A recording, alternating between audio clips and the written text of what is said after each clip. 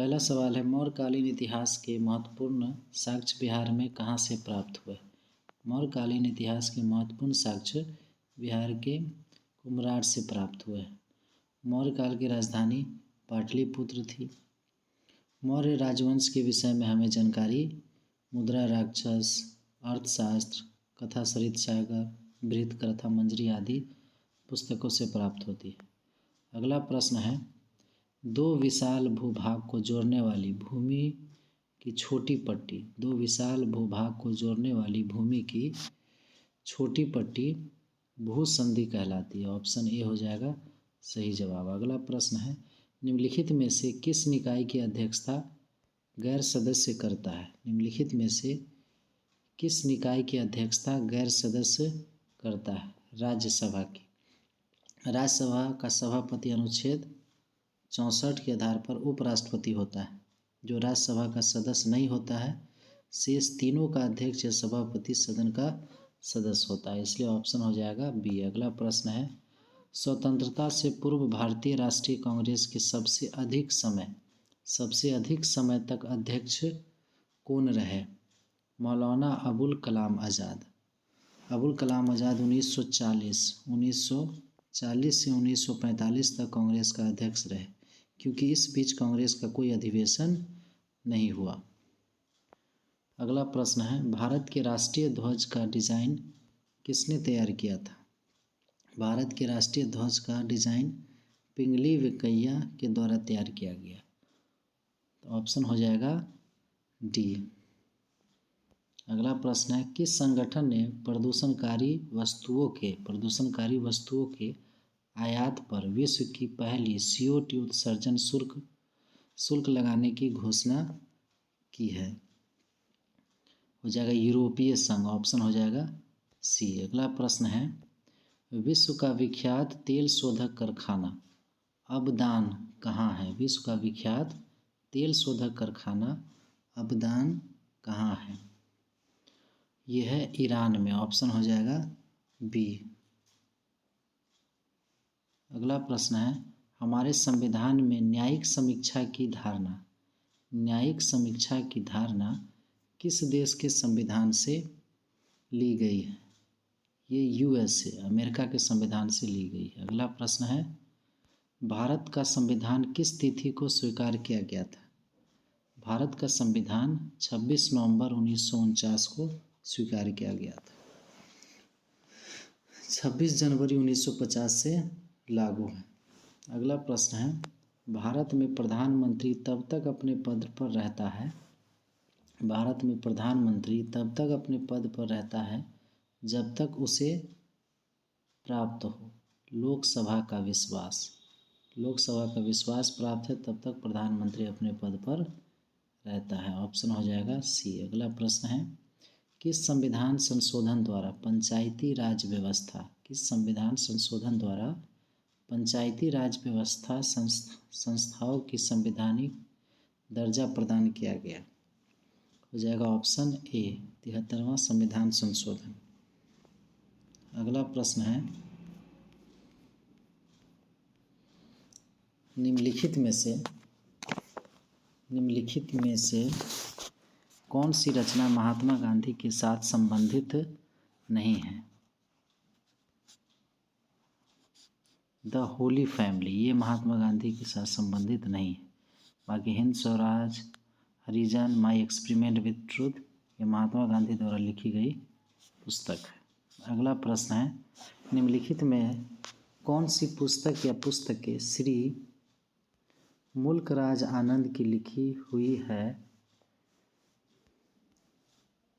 पहला में है कूली, दूसरा में द बार्बर ट्रेड यूनियन, तीसरा में है two leaves and a bird. Answer हो जाएगा सभी हो जाएगा। कूली भी श्री मुल्कराज आनंद द्वारा, two leaves and a bird ये भी मुल्कराज आनंद द्वारा, the barber trade union answer हो जाएगा ऑप्शन डी उपयुक्त सभी। अगला प्रश्न है, सेज का पूरा रूप है। SEZ सेज का पूरा रूप है स्पेशल इकोनॉमिक जोन। ऑप्शन हो जाएगा सी। अगला प्रश्न है सार्क का पूरा रूप है। सार्क का पूरा रूप है south Asian association for regional corporation. Option हो जाएगा बी। अगला प्रश्न है मानचित्र में पर्वत और पहाड़ को दर्शाया जाता है लाल रंग से। मानचित्र में पर्वत और पहाड़ को लाल रंग से दर्शाया जाता है। अगला प्रश्न है सिल्क रेशम का सबसे बड़ा उत्पादक देश कौन है। सिल्क का सबसे बड़ा उत्पादक देश कौन है। सबसे बड़ा उत्पादक देश चीन है। ऑप्शन हो जाएगा बी। अगला प्रश्न है कारगिल अघोषित युद्ध के समय पाकिस्तान का प्रधानमंत्री कौन था। उस समय प्रधानमंत्री नवाज शरीफ था। ऑप्शन हो जाएगा बी। अगला प्रश्न है जम्बौल शब्द निम्नलिखित में से किससे संबंधित है। जम्बौल शब्द निम्नलिखित में से बास्केटबॉल से संबंधित है। ऑप्शन हो जाएगा सी। अगला प्रश्न है उस अमेरिकी नागरिक आंदोलन कार्यकर्ता का नाम क्या है जिन्होंने प्रसिद्ध भाषण आई हैव अ ड्रीम दिया था। ये हो जाएगा मार्टिन लूथर किंग जूनियर। ये वाशिंगटन डीसी में, अमेरिका के वाशिंगटन डीसी में दिया गया था। अगला प्रश्न है निम्नलिखित में से कौन सी आकृति भूमिगत जल से बनी है।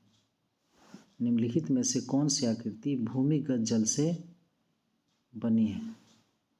Cast window. ऑप्शन हो जाएगा ए। अगला प्रश्न है पौधों में मुख्य या प्राथमिक पोषक तत्व होते हैं नाइट्रोजन, फास्फोरस और पोटास। ऑप्शन हो जाएगा बी। अगला प्रश्न है एस्किमो के घर बने होते हैं। एस्किमो के घर बने होते हैं बर्फ से। एस्किमो एक जनजाति का नाम है। अगला प्रश्न है दिल्ली से पहले भारत की राजधानी थी। दिल्ली से पहले भारत की राजधानी कोलकाता थी। अगला प्रश्न है राष्ट्रपति लोकसभा के सदस्य में निम्न को प्रतिनिधित्व देने के लिए नामित कर सकता है। Anglo Indian. ऑप्शन हो जाएगा ए। अब ये समाप्त हो चुका है। अगला प्रश्न है लाल त्रिकोण का संबंध किससे है। लाल त्रिकोण का संबंध किससे है। ये परिवार कल्याण से संबंध है लाल त्रिकोण का। लाल त्रिकोण का संबंध परिवार कल्याण से। अगला प्रश्न है कंटूर रेखा दर्शाती है। कंटूर रेखा दर्शाती है समुद्र तल से समान ऊंचाई एवं आकार वाले स्थानों को। समुद्र तल से समान ऊंचाई एवं समान आकार वाले स्थानों को दर्शाने वाली रेखा को बोलते हैं कंटूर रेखा। अगला प्रश्न है कर्क रेखा भारत के कितने राज्यों से होकर गुजरती है। 8 राज्यों से। ऑप्शन हो जाएगा सी। अगला प्रश्न है अ लाइफ पुस्तक के रचयिता कौन है। अ लाइफ पुस्तक के रचयिता तस्लीमा नसरीन। ऑप्शन हो जाएगा ए। अगला प्रश्न है कावेरी नदी बहती है। कावेरी नदी दक्षिण भारत में बहती है। ऑप्शन हो जाएगा बी। अगला प्रश्न है केंद्रीय गृह मंत्री अमित शाह ने किस राज्य में सरकारी नौकरियों में महिलाओं का 33% आरक्षण देने की घोषणा की है। ये त्रिपुरा में। ऑप्शन हो जाएगा ए। अगला प्रश्न है घाना पक्षी अभ्यारण्य किस राज्य में स्थित है। यह स्थित है राजस्थान में। घाना पक्षी अभ्यारण्य राजस्थान में स्थित है। अगला प्रश्न है दल बदल विरोधी कानून पारित हुआ। ये 1985 ईस्वी में पारित हुआ। ऑप्शन हो जाएगा बी। अगला प्रश्न है 34 उज्जैन किस नदी के किनारे। उज्जैन किस नदी के किनारे है। ये क्षिप्रा। ऑप्शन हो जाएगा सी। क्षिप्रा नदी के किनारे। अगला प्रश्न है 35 नंबर कथकली किस राज्य का शास्त्रीय नृत्य है। कथकली केरल का शास्त्रीय नृत्य है। कथकली केरल का। अगला प्रश्न है निम्नलिखित में से कौन 2 राज्यों की राजधानी है। निम्नलिखित में से कौन दो राज्यों की राजधानी है? चंडीगढ़। ऑप्शन हो जाएगा ए।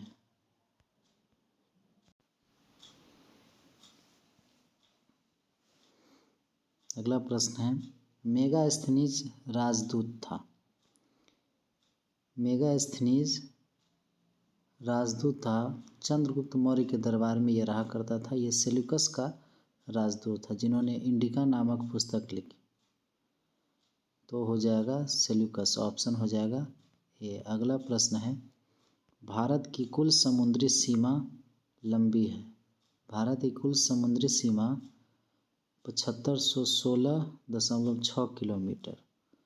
तो हो जाएगा, इसमें हो जाएगा ऑप्शन बी हो जाएगा। अब मुख्य भूमि के तट की लंबाई पूछा जाए तो वो हो जाएगा 6100 किलोमीटर। अगला प्रश्न है, बुद्ध के बचपन का नाम क्या था? बुद्ध के बचपन का नाम क्या था? सिद्धार्थ था। बुद्ध के बचपन का नाम सिद्धार्थ था। अगला प्रश्न है, हिमालय की सबसे ऊंची पर्वत श्रेणियों को, हिमालय की सबसे ऊंची पर्वत श्रेणियों को कहते हैं? हिमाद्री कहते हैं, हिमाद्री।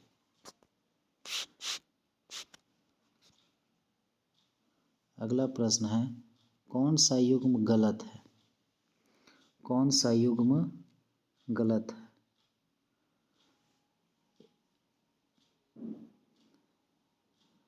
इसमें हो जाएगा आपका 1 जुलाई को डॉक्टर्स डे, ठीक है। 23 जनवरी को नेताजी जयंती, 16 नवंबर को राष्ट्रीय प्रेस दिवस, 4 दिसंबर को विश्व प्राकृतिक दिवस। ये गलत है। ऑप्शन हो जाएगा डी। 4 दिसंबर को नौसेना दिवस मनाते हैं, नौसेना दिवस। अगला प्रश्न है, पृथ्वी का सबसे भीतरी परत कहलाता है? पृथ्वी का सबसे भीतरी परत क्रोड या नीफे? ऑप्शन हो जाएगा सी। अगला प्रश्न है, mother of Indian revolution, mother of Indian revolution किसे कहा जाता है? Mother of Indian revolution madam Bhikaji Cama को कहा जाता है, मैडम भीखाजी कामा। ऑप्शन हो जाएगा पी, क्योंकि इन्होंने 1942 के आंदोलन में अरुणा असफ अली ने महत्वपूर्ण योगदान निभाया था इनके साथ। अगला प्रश्न है, भारत में भ्रंश घाटी का उदाहरण कौन सी नहीं है?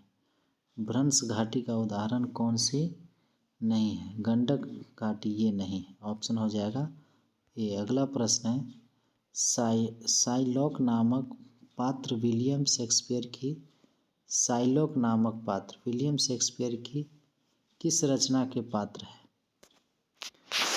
ऑप्शन हो जाएगा C, merchant of Venice, merchant of Venice. अगला प्रश्न है, इसरो द्वारा चंद्रयान 3 को कब प्रक्षेपित करने का लक्ष्य रखा गया है? 2022 में। ऑप्शन हो जाएगा ये। अगला प्रश्न है, भौतिक विज्ञान के क्षेत्र में, भौतिक विज्ञान के क्षेत्र में 2021 में नोबेल पुरस्कार किसे दिया गया? ये ऑप्शन हो जाएगा डी, एस्क्यूरो मनावे, जॉर्जियो पारिसी, क्लाउस हैसलमैन। अगला प्रश्न है,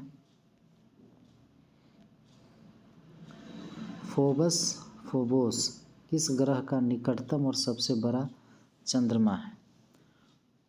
ये मंगल ग्रह का। ऑप्शन हो जाएगा ए। अगला प्रश्न है, ICC women's cricketer of the year 2021, ICC women's cricketer of the year 2021 किसे चुना गया?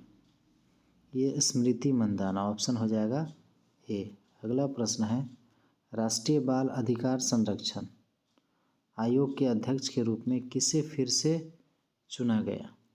ये प्रियंक कानूनगो। ऑप्शन हो जाएगा बी।